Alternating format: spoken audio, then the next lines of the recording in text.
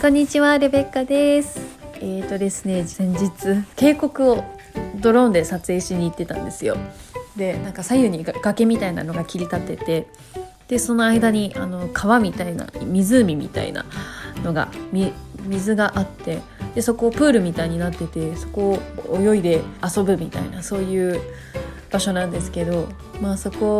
を、私泳げないのでちょっと奥がどうなってるのか知りたくて、ちょっと奥までブーンって飛ばしてたんですよ。で結構木とかが生えてたので、ちょっと操作が難しいなと思ったので、ちょっとずつ遠くに飛ばしてたんですけど、そのプールの一番奥が見えてきて、これ一番奥まで映したいなっていうちょっと欲が湧いちゃって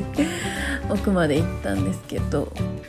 普段だったらね全然飛ばしてる距離なんですよ。普段700メートル先まで飛ばしてるんですけど、全然問題ないので、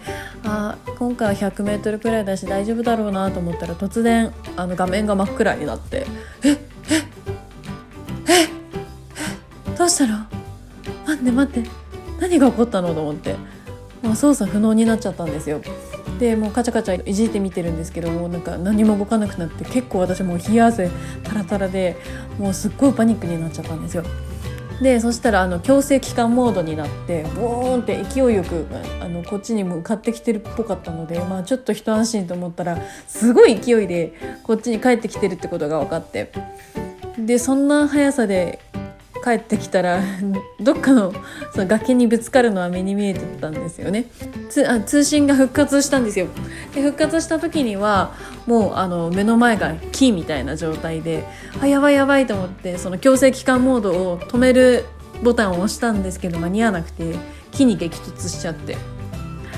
でうわと思って、マジかよと思ったんですよ。で一応ドローンのその居場所を探すみたいな、なんか iPhone を探すみたいなモードがドローンにもあるんですよ。でドローンを探すモードで調べたんですけど、電波が届いてなくて、電波が届かないところだとその地図が見れないんですよ。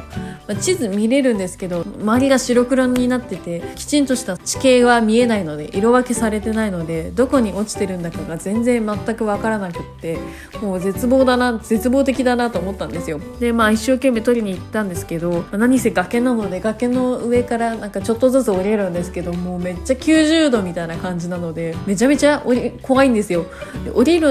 りる方が怖くて神経を使うので、結構なんかもう落ちたらこれ死んじゃうよみたいな感じで取りに行ったんですけど、結局見つけられなくて、その日は断念したんですけど、次の日に友達が一緒に探しに行ってくれたんですけど、やっぱりどうしても見つけられなくて、で水の中を泳いで行ったけど、結局見つけられないってことで、ごめんねって言われて、なんかね、渓谷はドローンの無線電波を遮断してしまうらしいんですよ。コントロール不能になりやすいってことで、渓谷でのドローン操作は禁止されてるらしいんですよね。で私はそれ知らなくてドローン使っちゃったんですけど、あれでどっかに木にぶつかって落ちてたら人に当たってやばかったなと思ったので、不幸中の幸いだったのかななんて思いました。とはいえ600ドル、4万くらいのドローンを落としてしまったので、すごい結構悲しいんですけど、新しい職場で結構稼いでるので、月30万ぐらいをもらえるので、そのうちでまた4万で新しいドローンを買おうかなって思っています。 Amazon プライム会員になって30日無料だから、それで急いで頼んで、ここで働いてるうちに届けばいいなっていうふうに思ってます。